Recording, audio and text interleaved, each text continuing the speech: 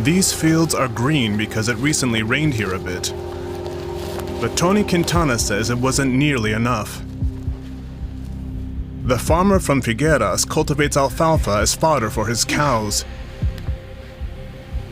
He says he's never experienced such a drought.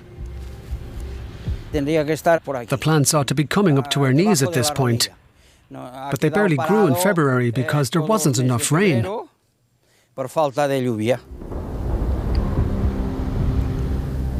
The Spanish region of Catalonia has declared a state of emergency because of the drought. Water reserve levels have fallen below 16%. Drastic water restrictions are already imposed, and summer has not even begun yet. This canal used to bring water to Tony Quintana's fields. He doubts that will ever happen again. It's practically impossible. Only God can help us. Hopefully He will. Otherwise, there's going to be a fight here. There's no life without water. For now, the cows can still feed on the reserves, but stocks are running out. Tony Quintana and his nephew Ferran have to make tough decisions.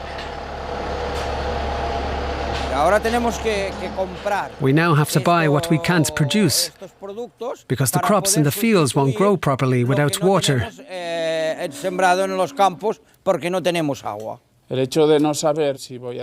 We don't know how it's going to pan out, whether we'll have enough water for our animals, so we're being careful with our investments.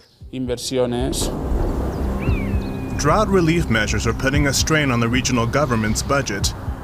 And Catalonia has called an early election after an initial budget proposal failed to pass. Tony Quintana is not optimistic. We make up just 1% of the electorate. Tourism is much more important, because there's more money in it.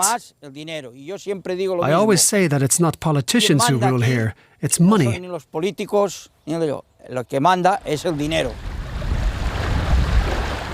Just a few kilometers further lies Roses on the Costa Brava. The tourism sector here is preparing for the summer. Water consumption increases as visitor numbers rise. Marta Sanes runs a restaurant and says that politicians reacted too late to the drought. We should have had new desalination plants by now. They are planned, but I don't think they'll come this summer. Maybe next year with a bit of luck.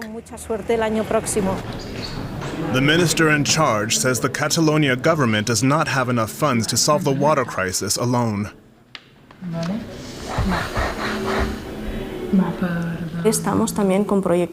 We have cooperation projects with other regions suffering from the climate crisis in the Mediterranean.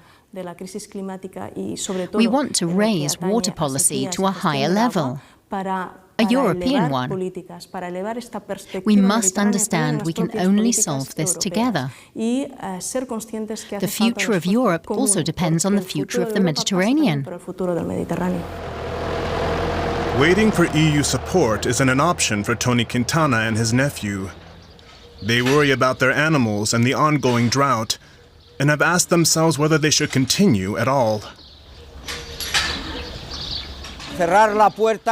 It would be easy to say we quit, but to really give up the farm would hurt.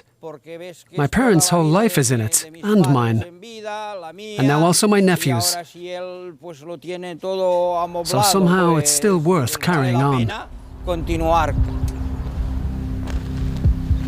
For now, he'll keep hoping for more rain. There is still snow on the nearby Pyrenees, and when that melts, there will be some water for his fields.